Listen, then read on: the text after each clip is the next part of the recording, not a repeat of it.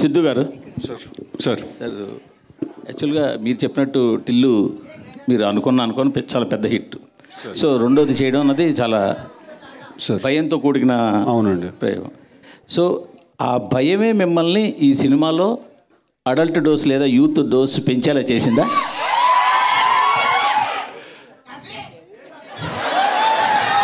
Sir అలా కాదు sir.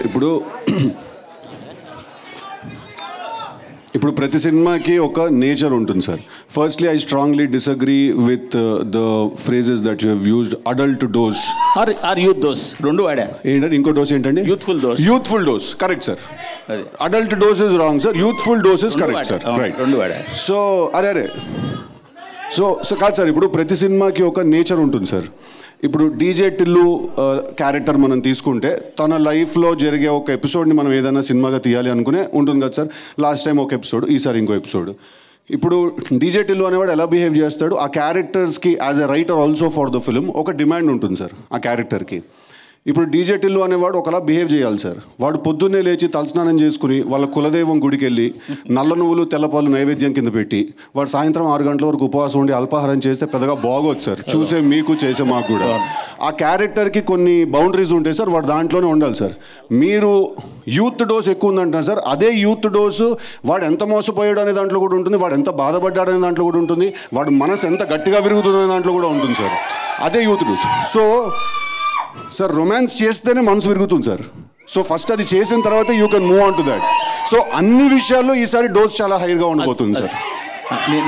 నేను అనేది ఢిల్లు క్యారెక్టర్ పార్ట్ 1కి పార్ట్ 2కి చాలా తేడా ఉంది కదా అంటున్నాను.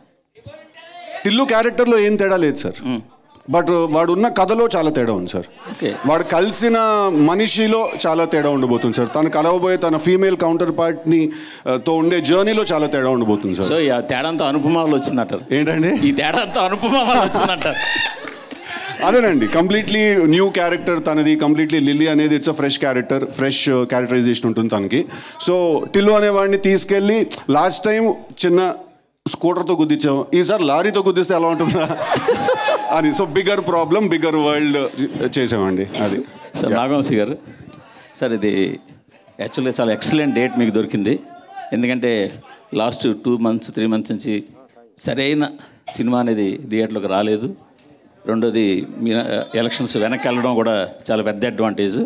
పైగా సెలవులు కూడా స్టార్ట్ అయిపోయి ఆల్మోస్ట్ 1-2 తప్పించి. బట్ ఇప్పుడు ఇండస్ట్రీలో పాన్ ఇండియా సినిమాలు అనేవి రావడం వల్ల పెద్ద బ్యానర్లన్నీ కూడా క్యాష్ క్రంచ్ ఎదుర్కొంటూ సినిమాలు తగ్గించుకుని ఏదో ఒక ప్రాజెక్ట్ మీద గట్టిగా నిలబడి ఉన్నాయి. బట్ మీరు మాత్రం కంటిన్యూగా చాలా ప్రాజెక్ట్స్లు చేస్తున్నారు. వాళ్ళకి మీకు ఏంటి తేడా ఏంటి ఎందువల్ల? అంటే ఏ పెద్ద బ్యానర్ క్యాష్ క్రంచ్లో ఉండి సినిమాలు తగ్గించారండి? అందరూ తీస్తున్నారు కదా. అందరి చెట్లు ఒక్కొక్క సినిమా కనిపిస్తున్నాయి కదా పెద్ద సినిమాలన్నీ. పెద్ద అంటే యాక్చువల్లీ ప్లాన్డ్గా ఎక్కువ నెంబర్ ఆఫ్ ఫిల్మ్స్ ఉండాలని కదండి. ప్రాసెస్లో అలా జరిగినాయి. అలా ఒక్కొక్కటి ఇయర్ షూటింగ్కి వచ్చినాయి అనుకోకుండా నాకు అన్నీ.